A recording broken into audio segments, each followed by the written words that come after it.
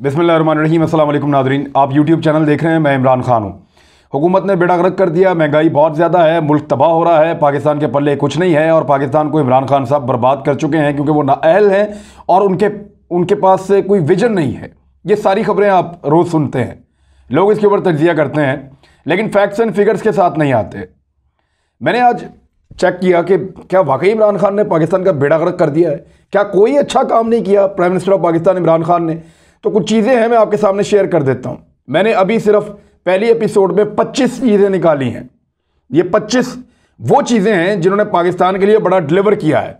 इमरान खान की कामयाबियाँ, यानी ये जो लोग कहते हैं महंगाई बहुत ज़्यादा हो गई है, मुझे याद है नवाज शरीफ साहब ने एक दिन कहा कि मेरे दौर में रोटी जो है वो 1 रुपये की थी, अब रोटी 6 रुपये की है। तो ये रोटी क्यों महंगी हो गई जब वो मुशर्रफ के दौर के बाद वापस आए। तो मैंने वहाँ पे सवाल किया था पहली दफ़ा मियाँ साहब से कि मियाँ साहब ये 10 साल पुरानी बात है, रोटी 1 रुपये से 6 रुपये की 10 साल में हुई है। क्या आपको याद है जब आपके दौर में 1 रुपये की थी तो उससे 10 साल पहले 4 आने की थी। तो 10 साल के बाद रोटी 4 आने से 1 रुपये की और अगले 10 साल में 1 रुपये से 4, 5, 6 रुपये की और उससे अगले 10 साल में फिर महंगी हो जाएगी। तो ये महंगाई वक्त के साथ साथ बढ़ती है, लोगों की आमदन भी बढ़ती है।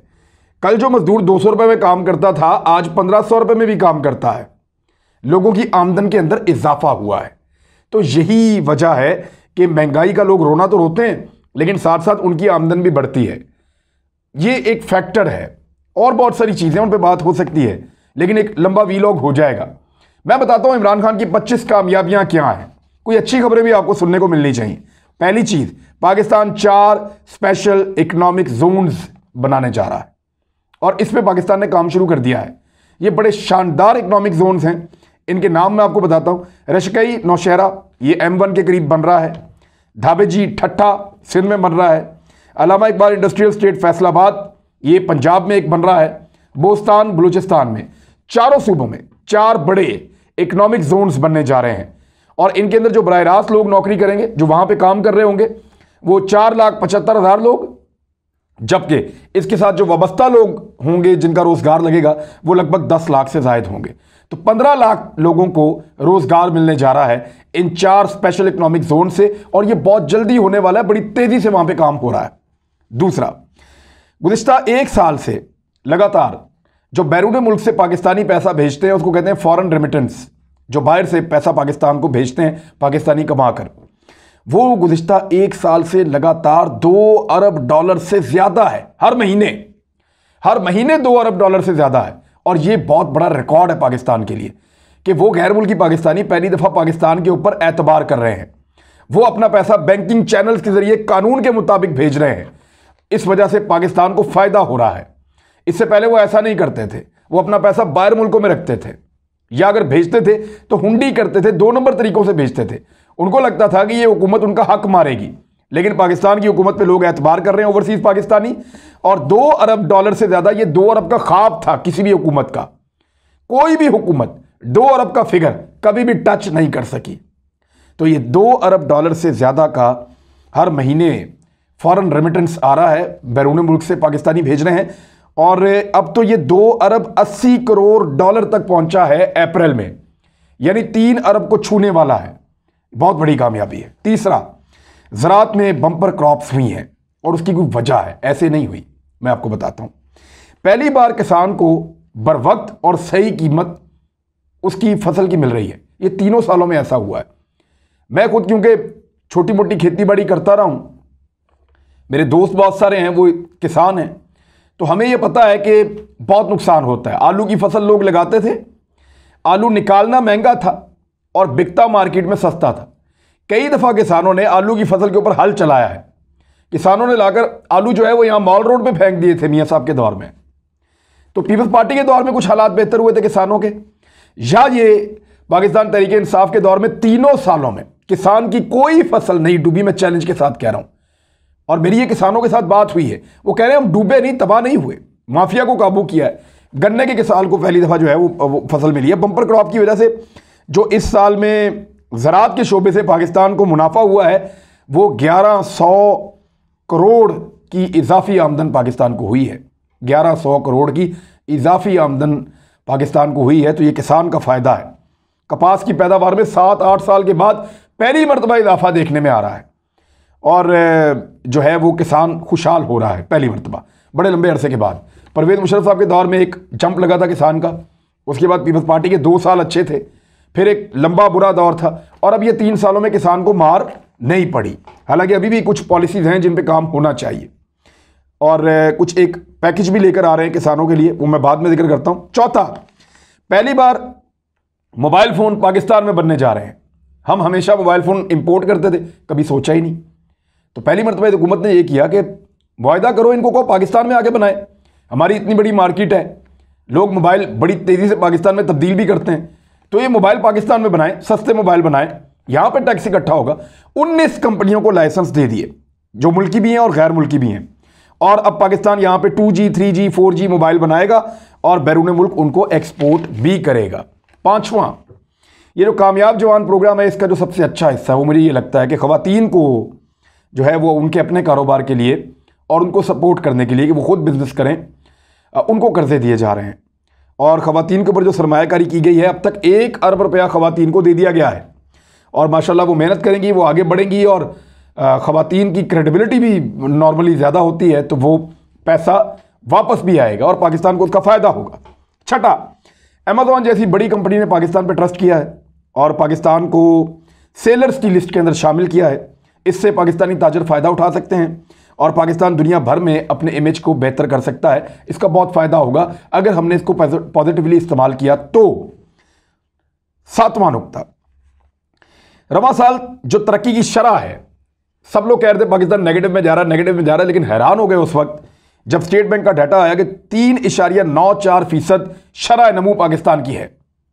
और यह पाकिस्तान खाली नहीं कह रहा, यह आलमी रेटिंग एजेंसी मूडीज ने दावा किया है कि पाकिस्तान दुरुस्त सिमत में है और अगले साल मजीद रफ्तार से तरक्की करेगा और यह 4%, 4.5% से भी ऊपर जाएगी। तो यह मूडीज की रिपोर्ट है। गुज़िश्ता साल बड़ी मनफी खबरें थी, कहा जा रहा था कि कोलैप्स कर जाएगा पाकिस्तान, लेकिन पाकिस्तान ने अगले साल के लिए जो हदफ रखा है वो 4.8% का टारगेट सेट किया है और इस दफ़ा ये कोई लफ्ज़ों का गोरख धंधा नहीं है, पाकिस्तान आगे बढ़ रहा है, तो आपको नज़र भी आ रहा है। आठवां, नैब ने 1999 से लेकर 2017 तक 18-19 साल के अंदर 19 साल लगभग, इतने सालों में जो पैसा रिकवर किया बेईमान, करप्ट और चोरों और लुटेरों से, 18-19 साल में जो पैसा इकट्ठा किया वो था 290 अरब रुपए, 290 अरब रुपए। और अब जब 2018 में पाकिस्तान तहरीक इंसाफ की हुकूमत आई तो अगले 2.5 सालों के अंदर उन्होंने जो पैसा इकट्ठा किया, एक तरफ 18-19 साल 290 अरब और एक तरफ 2.5 साल, और कितना पैसा रिकवर किया, 484 अरब, यानी उससे तकरीबन दुगना पैसा रिकवर कर लिया और इंतहाई कम वक्त के अंदर। एक तरफ 18 से 19 साल में 290 अरब रिकवर किए और एक तरफ 2.5 साल के अंदर 484 अरब रिकवर किए नैब ने। तो ये तो हो गया जी आपका एहतसाब वाला पोर्शन। जो लोग कहते हैं कि क्या बरामद किया, क्या लूट का माल निकाला, तो ये लूट का माल निकाला और लगातार निकल रहा है। अभी नवाज शरीफ की प्रॉपर्टीज भी पहली दफ़ा ताकतवर आदमी किया कि जायदाद जो है वो नीलाम हुई है। हमेशा यहाँ गरीब का घर नीलाम होता है, हमेशा यहाँ गरीब की गाड़ी नीलाम होती है, हमेशा यहाँ गरीब का नुकसान होता है, कमज़ोर का नुकसान होता है। पहली दफ़ा ताकतवर माफिया पे हाथ पड़ा है, वो मोहम्मद बूटा ने नवाज शरीफ साहब की प्रॉपर्टी खरीद ली है, तो ये भी पहली दफ़ा हुआ है। नौवां, पाकिस्तान के नेशनल ग्रिड में पहली मरतबा एटमी बिजली शामिल कर दी गई है। ये पहले भी थी लेकिन जो बड़े पैमाने पे हुआ है ये अब हुआ है और 105 मेगावाट बिजली जो है नेशनल ग्रिड में चली गई है और 1100 मेगावाट टोटल बिजली जो है ये K2 जो नेशनल बिजली घर एक बनाया गया है एटॉमिक या जोहरी तवानाई से, वो 1100 मेगावाट बिजली देगा और इसी सलाहियत का K3 2021 के आखिर तक मुंसलिक हो जाएगा, वो भी इतनी बिजली देगा। तो ये एक बेहतर, सस्ती और जो है माहौल दोस्त जो बिजली है पाकिस्तान बनाएगा। और दिसंबर में एटमी ईंधन की तरसील हुई थी यहाँ पे पाकिस्तान न्यूक्लियर रेगुलेटरी अथॉरिटी की इजाज़त के बाद, और फरवरी में इस प्लांट पर हिफाजती टेस्टिंग और जांच पड़ताल करने के बाद अब एटमी बिजली शामिल। पहले ये क्यों नहीं कर रहे थे, इसलिए कि ये बिजली आपको कमीशन नहीं देती, यानी इसमें तेल का कमीशन नहीं होता, इसमें जो पावर प्लांट लगते हैं, बिजली घर लगते हैं IPPs, उनका कमीशन नहीं होता, तो इसलिए सियासतदान इससे भागते थे। तो अब ये शामिल हो गई है, एक हो गई, एक और होने वाली है और ये बहुत बड़े पैमाने पे बिजली बनाएंगे। 10वां, मुल्क की तारीख में अयूब खान के बाद पहली मरतबा बड़े बड़े डैम्स बन रहे हैं और बहुत तेज़ी से उनके ऊपर काम हो रहा है। मैं अभी गिलगित बल्तिस्तान से आ रहा था, वापसी में फ़्लाइट कैंसिल हो गई, तो वहाँ से मैंने एक गाड़ी ली, मैं खुद ड्राइव करके आया, तो मैंने देखा दासू डैम पे, देम्र भाषा डैम पे बहुत तेज़ काम चल रहा है। मैं रात को जब वहाँ से गुजरा तो वक्त था ऑलमोस्ट मेरे ख्याल में कोई, क्योंकि 12 बजे हमने खाना खाया था, चलास के पास, तो कोई 2 बजे का वक्त होगा, 2-3 बजे का वक्त होगा। तो रात को 3-4 बजे, 2-3-4 बजे भी वहाँ पे काम चल रहा था और वहाँ ट्रक आ जा रहे थे, मसनूई रोशनियाँ लगा के लोग तेज़ी से काम कर रहे थे।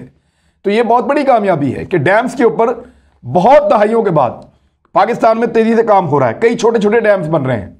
ये डैम ना सिर्फ हमें सस्ती बिजली देंगे, बल्कि पाकिस्तान के अंदर बहुत बड़े पानी के ज़खायर बन जाएंगे, जो हम अपने माहौल को बेहतर करने के लिए, अपनी ग़िज़ाई ज़रूरियात पूरी करने के लिए और अपनी अजनास उगाने के लिए ये पानी हम इस्तेमाल कर सकेंगे।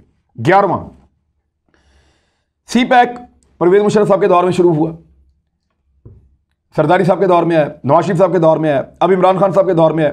सब इस पर काम करते रहे। इस हुकूमत ने उस पर और काम तेज़ किया है और इसको मज़ीद वसी किया गया है। सरमायाकारों को कानून और पॉलिसीज़ में सहूलियात फराम की जा रही हैं। इमरान खान ने जो वीज़ाज़ हैं सरमायाकारों के लिए या जो उनके लिए काम करने की सहूलियात हैं उनको अलग किया है और उनको बेहतर बनाने के लिए काम कर रहे हैं। और ये अब सी पैक को पूरे एशिया तक फैलाया जाएगा, यानी सेंट्रल एशिया को हम साथ जोड़ रहे हैं, ईरान और तुर्की को साथ जोड़ रहे हैं।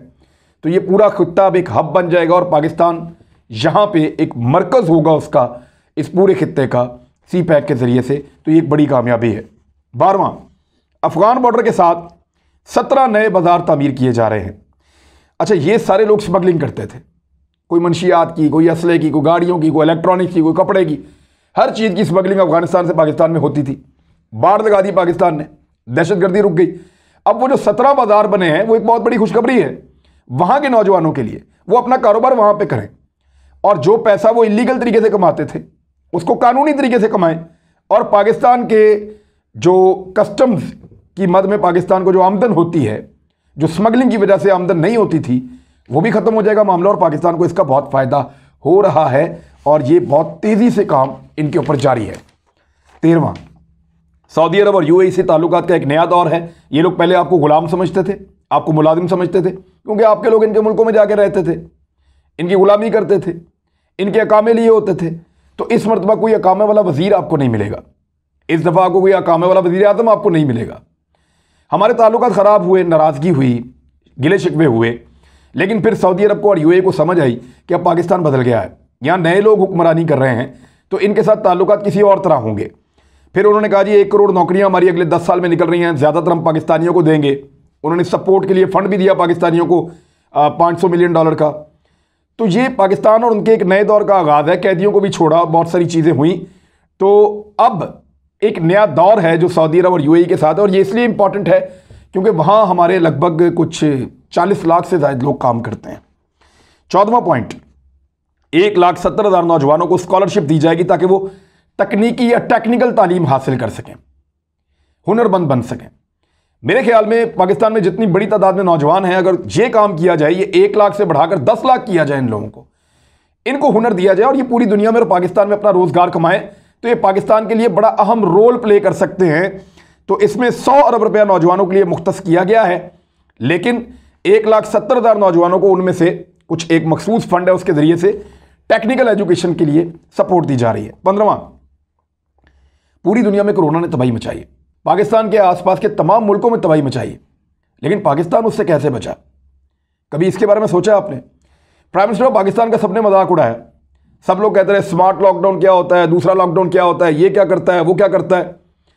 इमरान खान ने मुल्क बंद भी नहीं किया, मुल्क को चलाया भी और कोरोना से बचने के लिए जो हिकमत अमली इसके दिमाग में आई उसने उसको फॉलो किया और पूरी दुनिया आज कहती है कि इमरान खान की हिकमत अमली बेहतर थी कोरोना में। 16वां नुकता, एशियाई तरक्याती बैंक ने बालाकोट में पन बिजली की पैदावार के लिए $300 मिलियन अमरीकी डॉलर देने का फैसला किया और वो दे रहा है। ये जो $300 मिलियन अमरीकी डॉलर हैं, इनके ज़रिए से वहाँ पानी का फ्लो बड़ा अच्छा है दरिया का। अगर आप बालाकोट जाएँ तो वहाँ पन बिजली का मनसूबा बनाया जाएगा और ये नेशनल ग्रिड में जाएगी, सस्ती बिजली, बहुत सस्ती बिजली। तो ये भी एक अच्छा मनसूबा है। 17वां, आईटी के शोबे में पाकिस्तान की जो बरामदात हैं वो रवा साल बढ़ते हुए, यानी ये जो साल अब चल रहा है इसमें बढ़ते हुए $2 अरब तक कमाई कर रही हैं। और ये एक बहुत बड़ी शानदार कामयाबी है, इसको पाकिस्तान को बहुत आगे लेकर जाना है। 46% इजाफा हुआ है पाकिस्तान की आईटी के शोबे में बरामदात में। सॉफ्टवेयर बनाते हैं लोग और बहुत सारे काम करते हैं, तो 46% इजाफा हो चुका है और लगातार इसमें इजाफा हो रहा है, इसके बढ़ने के इम्कानात भी हैं। सॉफ्टवेयर टेक्नोलॉजी पार्क्स पाकिस्तान बनाएगा और उसके लिए पाकिस्तान ने प्लानिंग भी कर ली है। रावलपिंडी और फैसलाबाद में ये हुकूमत बनाने जा रही है। तो ये आईटी के शोबे में बहुत ज़्यादा स्कोप है और पाकिस्तानियों को इसमें ज़्यादा से ज़्यादा जाना भी चाहिए। 18वां, गिलगित बल्तिस्तान स्कर्दू पाकिस्तान के मसरूफ़ तरीन एयरपोर्ट्स बन रहे हैं। यहाँ सियाहत में बहुत ज़्यादा दिलचस्पी ली जा रही है। पाकिस्तान में सियाहत बहुत ज़्यादा आगे बढ़ रही है। नई साइट्स जो हैं उनको दरियाफ्त किया जा रहा है। नए इलाकों के अंदर होटल्स बन रहे हैं, नए इलाकों के अंदर साइट्स तैयार की जा रही हैं, नए इलाकों के अंदर वहाँ एक्सप्लोर किया जा रहा है, उनको वहाँ रास्ते बनाए जा ररे हैं।